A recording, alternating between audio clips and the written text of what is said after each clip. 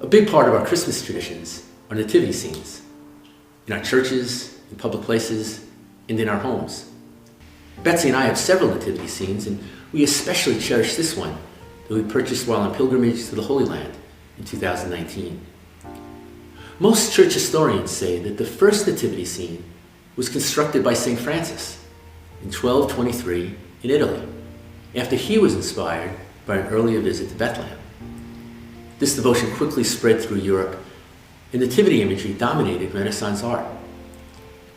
In our own day, nativity scenes often remind us of our commitment to immigrants and refugees, since the Holy Family fled to Egypt to escape the wrath of King Herod, a man who felt threatened that this baby Jesus could grow up to be king, and he wanted to retain his own crown at all costs. As we enter the Christmas season in 2021, we are filled with fear and anxiety about the continuing pandemic and the deepening political divisions in our own nation. In this troubled and challenging time, let us turn to prayer, and let us turn to the prayer that's attributed to St. Francis. Listen to these beloved words and see if it speaks to you in this holy season. Lord, make us instruments of your peace. Where there is hatred, let us sow love. Where there is injury, pardon. Where there is discord, union. Where there is doubt, faith. Where there is despair, hope. Where there is darkness, light. Where there is sadness, joy. Grant that we may not so much seek to be consoled as to console, to be understood as to understand, to be loved as to love. For it is in giving that we receive, it is in pardoning that we are pardoned, and it is in dying that we are born to eternal life. This year, in this troubled time, my soul is drawn to the word where in this prayer. Where is there hatred around us, and how will we sow love? Where is there despair around us, and how can we bring hope? Where there is sadness around us, and how can we bring joy?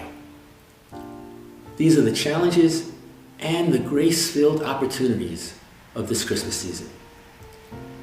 And we don't do this alone. The Christmas story tells us we do this surrounded by God's grace. Consider the story as told by St. Luke. The reason Mary and Joseph go to Bethlehem is because Emperor Augustus decreed that all the world should be registered. That meant counted for tax purposes. Mary and Joseph have to go to Bethlehem to be counted because Joseph was descended from the house and the family of David. They go to be counted. When Mary gives birth to Jesus, angels visit shepherds in the field to tell them of the birth. In a time obsessed with counting people, how many angels were there? Luke tells us there was a multitude of the heavenly host praising God.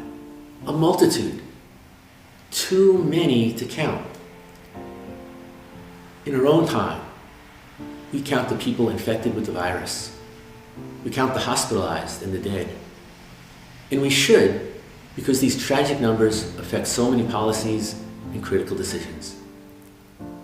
But the story of Jesus' birth adds another reality. We are surrounded by angels. We are surrounded by grace. We are surrounded by grace that is infinite. Not just enough grace to get through the day, but more than enough grace. Thank God for Jesus. Thank God for the angels. Merry Christmas.